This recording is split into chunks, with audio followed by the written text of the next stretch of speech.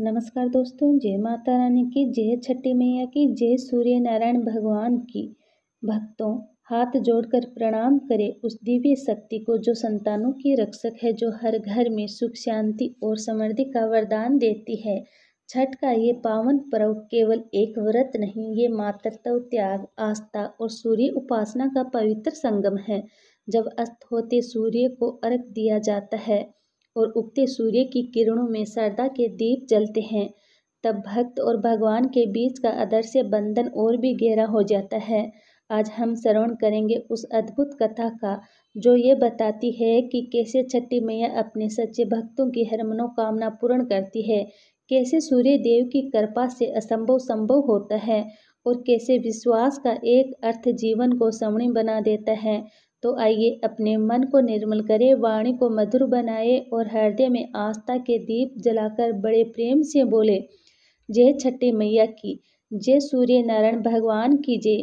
प्रिय भक्तों, आज की इस महत्वपूर्ण वीडियो में आप सभी श्रद्धालु जन छठी मैया की पावन पुरानी कथा का श्रवण करेंगे।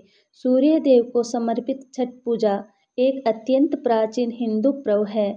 इस उत्सव के दौरान छठी मैया की पूजा के साथ साथ सूर्य देव को अर्घ भी दिया जाता है।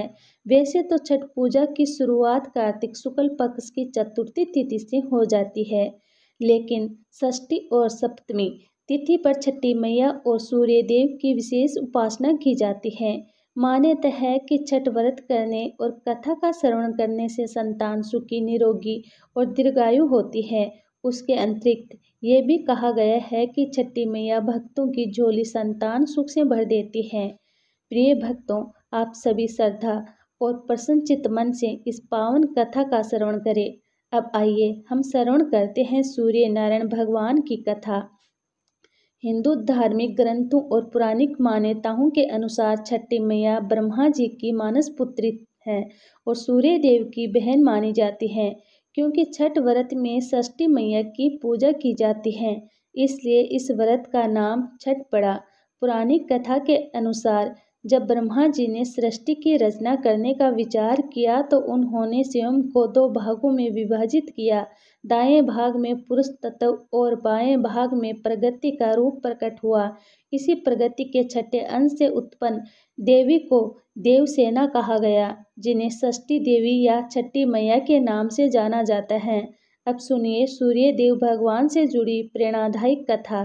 एक ब्राह्मण था जो सूर्य भगवान का परम भक्त था। वह प्रतिदिन स्नान कर सूर्य देव की पूजा करता और कथा कहता, परंतु कमाई के नाम पर कुछ नहीं करता था।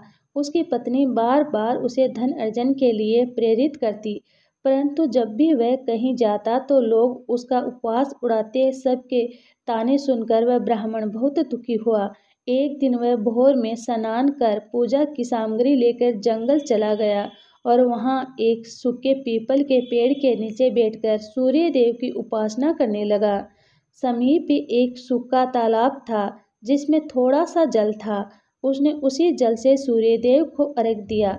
जैसे ही उसने अर्घ अर्पित किया, वह जल बहकर पीपल की जड़ों और तालाब में पहुंचा। तुरंत सूखा पीपल हरा भरा हो गया और तालाब जल से भर गया। उसी क्षण सूर्य भगवान स्वयं प्रकट हुए और बोले, हे ब्राह्मण, मैं तुझसे प्रसन्न हूँ, वर मांग। यह सुन ब्राह्मण भयभीत हो गया। उसे लगा जैसे कोई भूत बोल रहा हो। वह कुछ न समझ पाया और दुबला पतला हो गया। जब कई दिन बीत गए तो ब्राह्मणी चिंतित होकर उसकी खोज में जंगल पहुंची। पति को देखकर बोली, स्वामी, आपको क्या हो गया? तब ब्राह्मण ने सब बताया। ब्राह्मणी बोली, आपको जो आवाज़ सुनाई देती है वह स्वयं सूर्य भगवान की है। कल जब वे फिर आए तो उनसे सब कुछ मांग लेना। ब्राह्मण बोला, पर मैं क्या मांगूं? मुझे तो शब्द ही नहीं आते। तब ब्राह्मणी मुस्कुराई और बोली, बस ये कह देना, नौखंडे के महल में सोने के पालने में अपने पड़पोतों को दास दासियों द्वारा खेलते खिलाते अपनी आंखों से देखूं। ये कह देना, इसे तुम्हें धन, पुत्र, बहुएं, लंबी उम्र सब कुछ मिल जाएगा।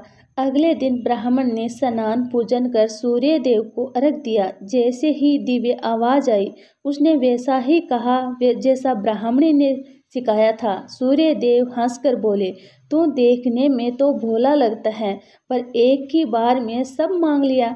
तथास्तु, तेरी सभी इच्छाएं पूर्ण हो। आशीर्वाद पाकर ब्राह्मण जब लौटा तो देखा, जहाँ झोंपड़ी थी वहाँ 9 खंडों का महल खड़ा था। दास दासियां सेवा में लगी थी। तभी सुंदर वस्त्रों और आभूषणों से सजी ब्राह्मणी बाहर आई और बोली, स्वामी, ये सब सूर्य भगवान का वरदान है। ब्राह्मण बोला, इतना धन लेकर क्या करेंगे? ब्राह्मणी ने कहा, धन से धर्म होता है। हम यज्ञ करेंगे, दान देंगे, भूखों को भोजन कराएंगे, धर्मशालाएं बनवाएंगे। उन्होंने वैसा ही किया और शीघ्र ही सारी प्रजा उस ब्राह्मण की प्रशंसा करने लगी। जब राजा को ये समाचार मिला तो उसने ब्राह्मण को दरबार में बुलाकर पूछा, कल तक तो तुम निर्धन थे, अचानक इतना वैभव कहाँ से आया? क्या तुमने चोरी की है या डाका डाला है? मुझे सब कुछ सच सच बताओ। तो ब्राह्मण ने कहा, महाराज, मैंने न तो चोरी की है और न ही डाका डाला है। यह सब तो सूर्य भगवान की कृपा से मुझे प्राप्त हुआ है। यह सुनकर ब्राह्मण ने सारी बात राजा को बता दी। तब राजा ने कहा, ब्राह्मण देव, मेरे कोई संतान नहीं है, अब आप ही बताइए मुझे क्या करना चाहिए। तब ब्राह्मण ने राजा को सूर्य भगवान की पूजा विधि बताई। राजा ने वही विधि अपनाई और कुछ ही समय बाद 10वें महीने रानी ने एक सुंदर पुत्र को जन्म दिया। तब सारे राज्य में सूर्य भगवान की जय जयकार होने लगी। हे सूर्य भगवान, जैसे आपने ब्राह्मण और राजा की मनोकामना पूर्ण की, वैसे ही सबकी मनोकामनाएं पूर्ण कीजिए। कहानी कहने वाले की, सुनने वाले की और हुंकारा भरने वाले की। बोलिए सूर्य देव भगवान की जय।